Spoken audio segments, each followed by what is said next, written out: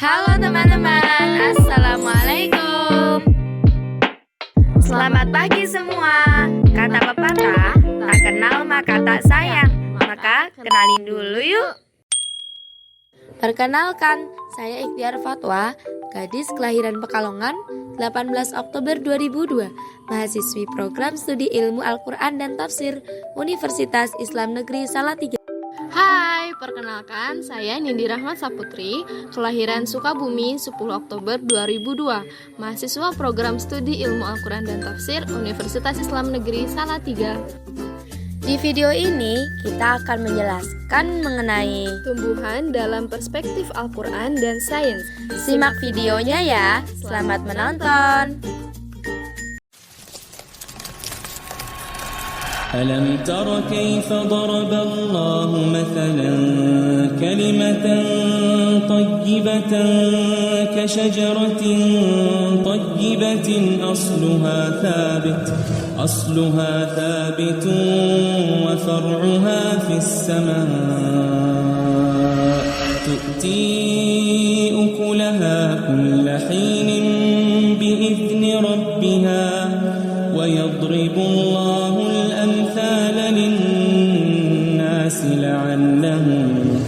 لعلهم يتذكرون. Dalam Al-Quran, Allah menempatkan tumbuhan sebagai karunia-Nya yang bernilai tinggi. Proses penciptaannya di bumi terjadi pasca penciptaannya bumi dan air, sebagaimana disebutkan dalam surah An-Nazi'at ayat 30-31.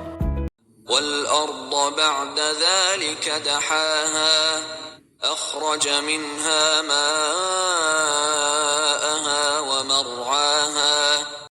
Dan setelah itu bumi dihamparkan, darinya dia pancarkan mata air, dan ditumbuhkan tumbuh-tumbuhannya.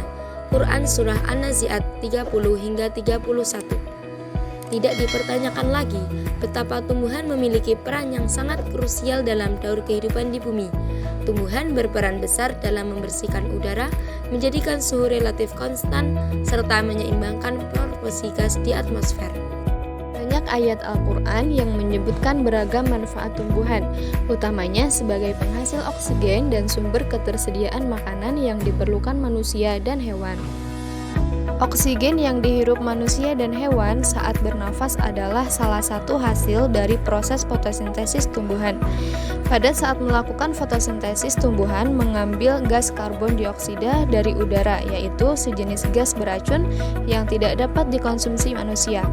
Proses fotosintesis tersebut kemudian menghasilkan gas lain, yaitu oksigen, di mana sekitar 30% oksigen yang ada di udara dihasilkan oleh tumbuhan darat, sedangkan sisanya dihasilkan oleh alga bersel satu dan tumbuhan di lautan. Proses fotosintesis terjadi manakala sel pada tumbuhan memanfaatkan secara langsung energi yang datang dari sinar matahari. Energi tersebut kemudian dikonversi oleh sel tumbuhan menjadi energi kimia.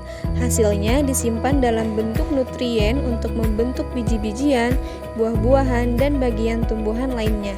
Setiap tahun dari proses ini diperkirakan menghasilkan paling tidak 200 miliar ton bahan organik yang sangat vital bagi keberlangsungan hidup bagi makhluk hidup di bumi.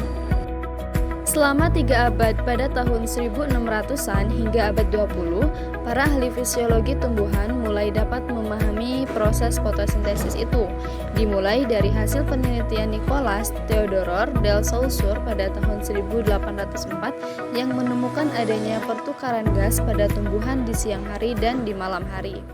Dilanjutkan oleh Ademeyer pada tahun 1042 yang secara gamblang dapat mengungkap bagaimana proses tumbuhan berfotosintesis. Dan baru pada tahun 1961 Adeglas mendapatkan jawaban bahwa bagian tumbuhan yang paling bertanggung jawab dalam proses fotosintesis adalah kloroplas atau substansi hijau si pembawa pigmen. Di dalam kloroplas inilah terdapat tilakoid dan klorofil. Tilakoid adalah organisme yang memberi warna hijau pada daun, sedangkan klorofil disebut sebagai satu-satunya pabrik hijau dibuat yang dapat mengubah dan menyimpan energi matahari dalam bentuk bahan organik hasil fotosintesis. Untuk mencukupi kebutuhan makhluk hidup di bumi, Allah tidak menganugerahi satu tumbuhan saja. Ada beragam jenis tumbuhan yang secara jelas dalam Al-Quran.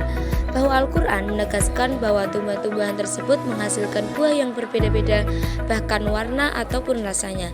Seperti firman Allah dalam surat Al-An'am ayat 141 yang berarti, Dialah yang menumbuhkan tanaman-tanaman yang merambat dan yang tidak merambat, pohon kurma, tanaman yang beraneka ragam rasanya, serta zaitun dan delima yang serupa bentuk dan warnanya dan tidak serupa rasanya. Makanlah buahnya apabila ia berbuah dan berikanlah haknya, zakatnya pada waktu memetik hasilnya. Tapi janganlah berlebih-lebihan, sesungguhnya Allah tidak menyukai orang yang berlebih-lebihan. Sekian dari kami, thank you for watching.